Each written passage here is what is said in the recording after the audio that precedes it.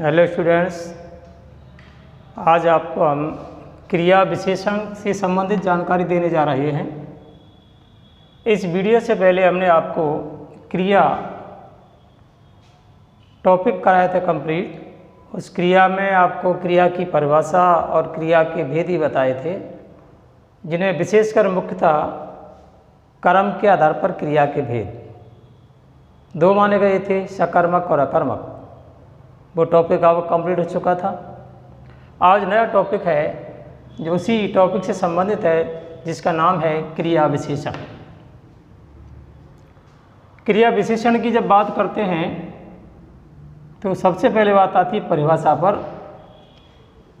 वे अविकारी का मतलब होता है अव्यय शब्द, जो वाक्य में क्रिया संबंधी विशेषता बताते हैं, क्रिया विशेषण कहलाते हैं। इस परिभाषा के कहने का मतलब है कि वाक्य में जो भी शब्द आएंगे और जो शब्द क्रिया की विशेषता बताएगा वही हमारा क्रिया विशेषण कहलाएगा। इस उदाहरण से स्पष्ट कर लेते हैं। मोहन धीरे चलता है। इस वाक्य में हमने देखा कि इसमें चलता है एक क्रिया है, और चलता है की विशेषता किससे बताई जा रही है? धीरे शब्द से बताई जा रही है। क्रिया तो चलता है, और कैसे चल रहा है इसकी विशेषता है कि धीरे चल रहा है। तो स्पष्ट हो गया होगा कि इस चलता अर्थात क्रिया की विशेषता धीरे शब्द से बताई जा रही है। तो देखो इस वाक्य में चलता है तो क्रिया है, इसकी विशेषता धीरे शब्द से बताई जा रही है, धीरे से। तो जिस शब्द से विशेषता बताई जाए वही शब्द हमारा क्या होता है? वही शब्द अपना क्रिया विशेषण होता है। तो इस वाक्य में मोहन धीरे चलता में धीरे शब्द अपना क्या है? ये क्रिया विशेषण है। इसके अलावा छोटा सा बिंदु और है, क्रिया प्रविशेषण। विशेषण प्रविशेषण। क्रिया विशेषण शब्दों की विशेषता बताने वाले शब्द क्रिया प्रविशेषण कहलाते हैं। देखो इससे थोड़ा हटके है, इसमें तो केवल क्रिया की विशेषता बताने वाले क्रिया विशेषण, लेकिन जो क्रिया विशेषण के बारे में विशेषता बताएगा वो होता है हमारा क्रिया प्रविशेषण। उदाहरण से स्पष्ट कर लो। मोहन बहुत धीरे चलता है। स्पष्ट कर लेते हैं, ये चलता है इसमें तो क्या है? क्रिया है।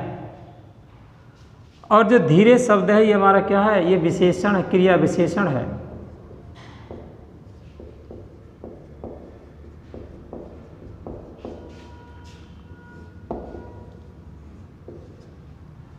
क्रिया विशेषण धीरे है। अब इस धीरे की विशेषता बताई दी गई है इस वाक्य में, जो क्या है हमारा? बहुत है, बहुत। तो स्पष्ट हो गया जो अपना बहुत शब्द है ये क्या हो जाएगा? हमारा क्रिया प्रविशेषण। सामान्य तौर पर क्रिया से पहले आता है विशेषण, और विशेषण से पहले क्या आता है? प्रविशेषण। तो इसमें बहुत शब्द क्या हो जाएगा हमारा? ये अपना हो जाएगा प्रविशेषण। स्पष्ट हो गया होगा। कोई भी वाक्य हो, क्रिया की विशेषता बताने वाले क्रिया विशेषण और क्रिया विशेषण की विशेषता वाले प्रविशेषण कहलाते हैं। ये तो थी केवल परिभाषा की और पहचानने की बात। अब इसकी बात कर लेते हैं, क्रिया विशेषण के कितने भेद होते हैं।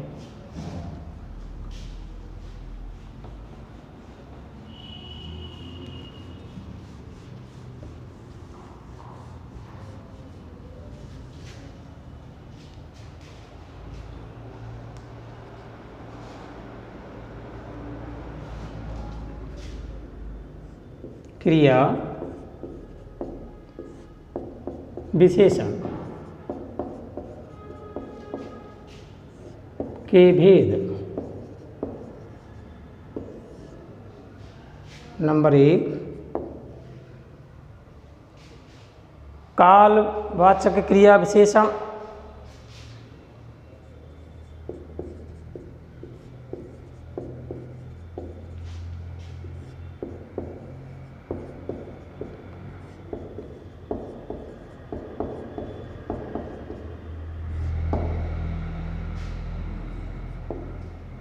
नंबर 2,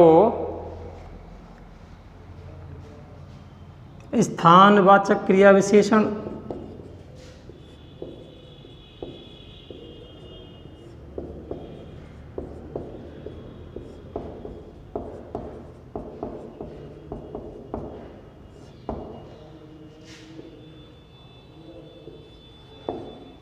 नंबर 3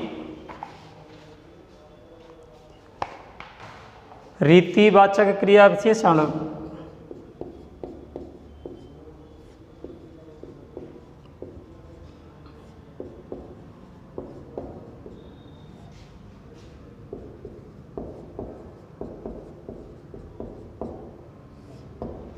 नंबर 4 परिमाण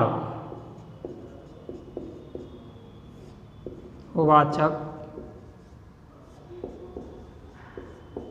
क्रिया विशेषण।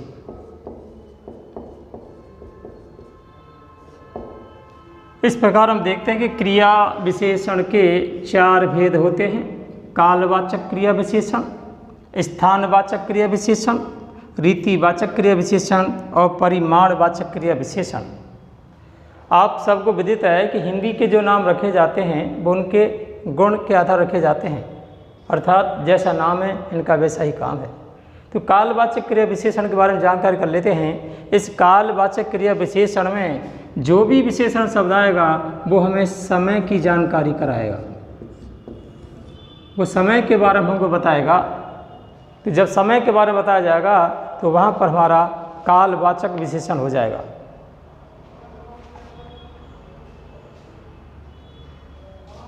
जैसे देखो काल और समय एक ही बात है। काल का मतलब समय, समय का मतलब भी काल। उदाहरण देख लो आप, वह है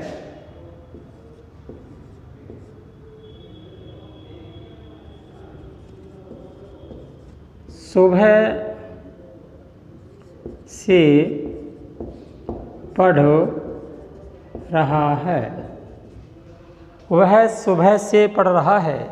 इस वाक्य में हम देखेंगे और पाएंगे कि कहीं ना कहीं इस वाक्य में समय का बोध हो रहा है। तो समय का बोध हो रहा है सुबह से, तो सुबह से समय का बोध हो रहा है ना। तो ये जो उदाहरण है ये अपना कौन सा है, ये कालवाचक क्रिया विशेषण का है।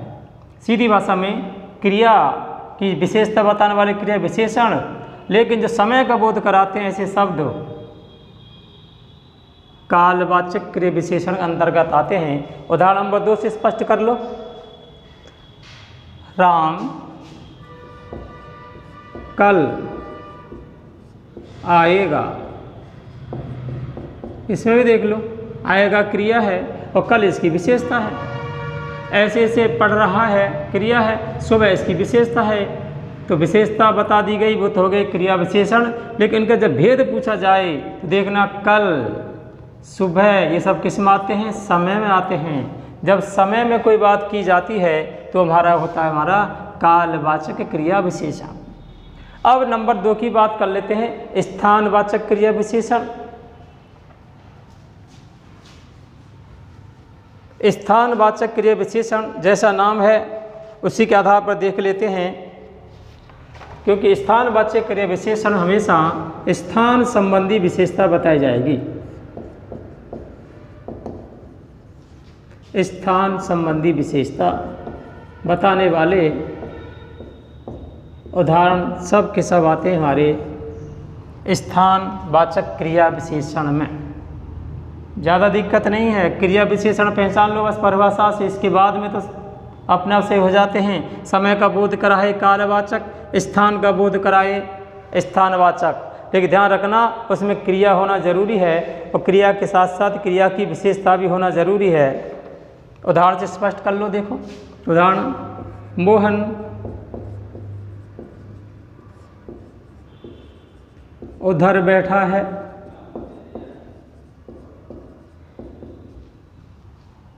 स्पष्ट हो गया होगा नाम से ही। बैठा है तो क्रिया है, लेकिन क्रिया की विशेषता उधर से है, उधर बैठा है। तो उधर शब्द कोई न कोई स्थान की तरफ इंगित कर रहा है, तो स्थानवाचक क्रिया विशेषण हो जाएगा। नंबर 2 को देखिए, जैसे राम ऊपर बैठा है।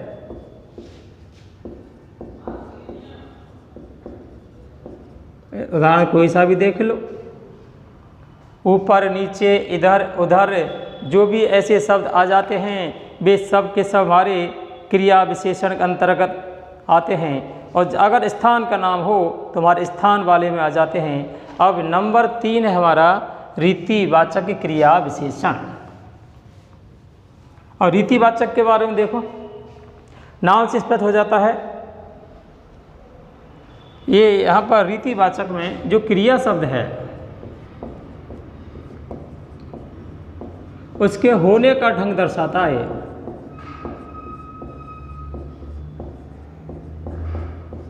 ये होने के ढंग को दर्शाएगा। जिस वाक्य में आपको क्रिया किस प्रकार हो रही है, उसका तरीका क्या है, उसकी रीति कौन सी है, उसका ढंग क्या है, वहाँ पर हमारा हो जाएगा रीतिवाचक क्रिया विशेषण। उदाहरण के तौर पर देख लेते हैं, वह है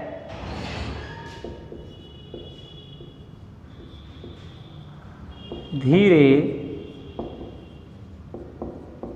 धीरे चलता है।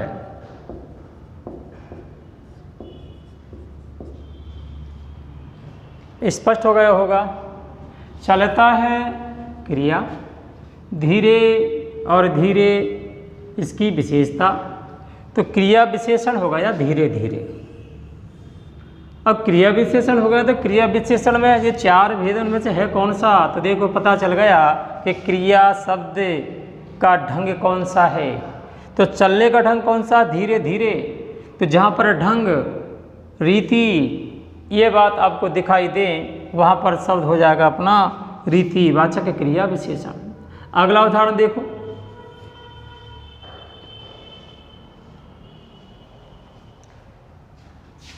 नाम ले लेते हैं वह की जगह। राम तेज दौड़ता है।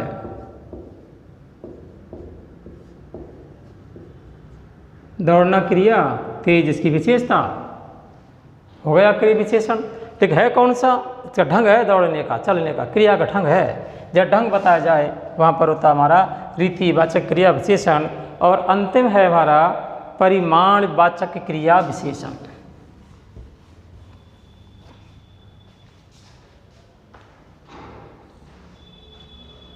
परिमाणवाचक में देखो, जो क्रिया शब्द है किसी वाक्य में, क्रिया शब्द की नाप, तौल आदि को दर्शाया जाता है। जहाँ भी क्रिया शब्द के आगे कोई नापने की तौलने की बात बताई जाए वहाँ हमारा परिमाणवाचक क्रिया विशेषण हो जाएगा। उदाहरण से देखो,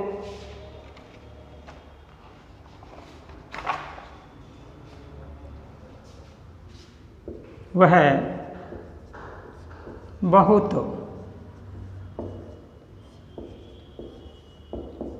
पढ़ता है।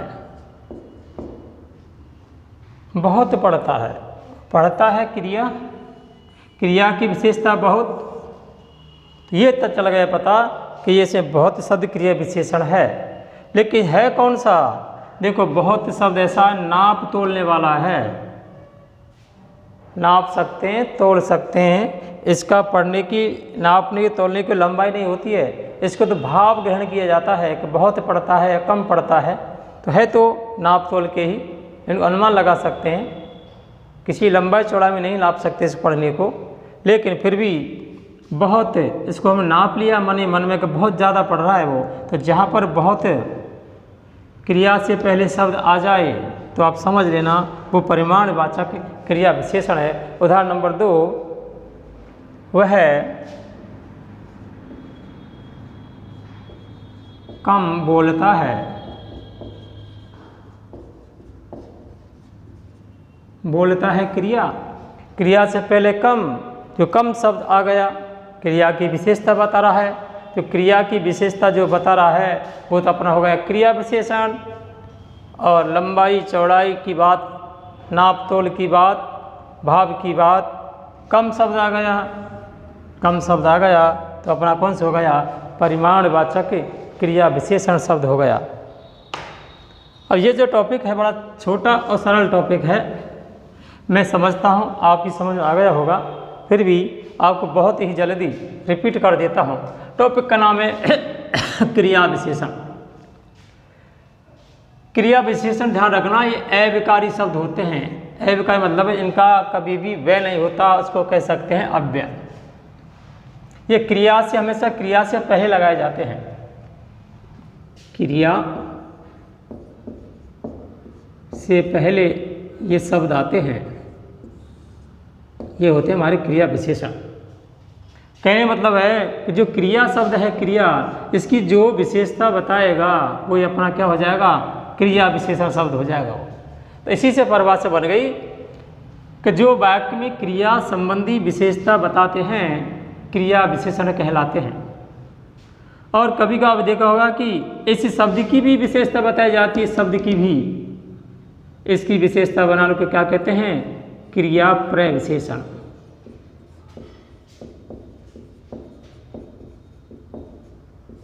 दोनों बात हो गई, क्रिया की विशेषता बताने वाले क्रिया विशेषण और क्रिया विशेष विशेषता बताने वाले क्रिया प्रविशेषण कहलाते हैं।